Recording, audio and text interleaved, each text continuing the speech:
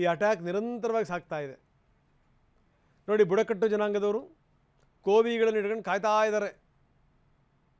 ನೋಡಿ, ಮಕ್ಕಳು ಕುಣಿದಾಡ್ತಾ ಇದ್ದಾರೆ. ನೋಡಿ, ಒಂದೇನಾದರೂ ಆ ಕಡೆಗೆ ಹೆಲಿಕಾಪ್ಟ್ರೋ ವಿಮಾನವೋ ಬಂತು ಅಂತಂದರೆ ಇವ್ರಿಗೆ ಹಬ್ಬ ಹೊಡಿಬೋದು ಅಂತ.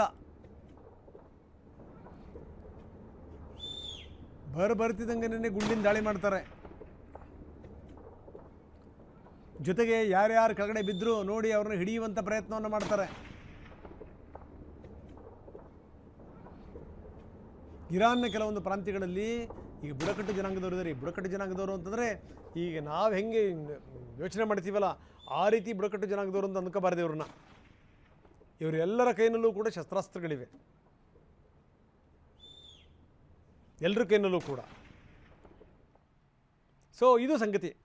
ಹೀಗಾಗಿ ಏನು ಅಂತಂದರೆ ಇಲ್ಲಿ ನಾವು ಯೋಚನೆ ಮಾಡ್ತೀವಲ್ಲ, ಈ ಸೋಲಿಗರೋ ಸಿದ್ಧಿ ಜನಾಂಗದವರು ಆ ಥರ ಅಂದ್ಕೋಬೇಡಿ ಇವ್ರನ್ನ. ನಮ್ಮವರೇನು ಇತ್ತೀಚಿನ ದಿನಗಳಲ್ಲಿ ಪಾಪ ಪ್ಯಾಂಟು ಗಿಂಟು ಕಾಣ್ತಾ ಇದ್ದಾರೆ, ಮೊಬೈಲ್ ನೋಡ್ತಾ ಇದ್ದಾರೆ. ಆದರೆ ಇಲ್ಲಿ ದಾಳಿಗಳ ಮೇಲೆ ದಾಳಿಗಳು. ಅವ್ರ ಕೈನಲ್ಲೆಲ್ಲ ಸುಧಾರಿತ ಶಸ್ತ್ರಾಸ್ತ್ರಗಳು. ಅಮೆರಿಕದ ಹೆಲಿಕಾಪ್ಟರ್ ಮೇಲೆ ಒಂದು ಕಡೆಗೆ ಇಂಥ ಜನಗಳು ದಾಳಿ ಮಾಡ್ತಾನೇ ಇದ್ದಾರೆ, ಮತ್ತೊಂದು ಕಡೆಗೆ ಪೊಲೀಸರು ಕೂಡ ದಾಳಿ ಮಾಡಿದ್ದಾರೆ. ಯಾಕಂದರೆ ಯಾರು ಕೆಳಗಡೆ ಬಿದ್ದರು ಅಂತ ಹುಡುಕಾಡುವಂಥ ಸಂದರ್ಭದಲ್ಲಿ ಕೆಳಗಡೆ ಹಾರಾಡಬೇಕಲ್ಲ ಹೆಲಿಕಾಪ್ಟರ್ಗಳು. ಕೆಳಮಟ್ಟದಲ್ಲಿ ಹಾರಾಡ್ತು ಅಂತಂದರೆ ಹೊಡೆಯೋಕ್ಕೆ ಈಸಿ. ಹೀಗಾಗಿನೇ ಇರಾನ್ನ ಪೊಲೀಸರು ಕೂಡ ದಾಳಿ ಮಾಡ್ತಾ ಇದ್ದಾರೆ, ಮತ್ತೊಂದು ಕಡೆಗೆ ಬುಡಕಟ್ಟು ಜನಾಂಗದವರು ಕೂಡ ದಾಳಿ ಮಾಡ್ತಾರೆ.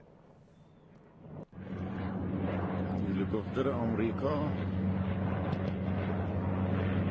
نیرو نظامی یک داش هلیکوپتر آمریکا نیرو نظامی یک داش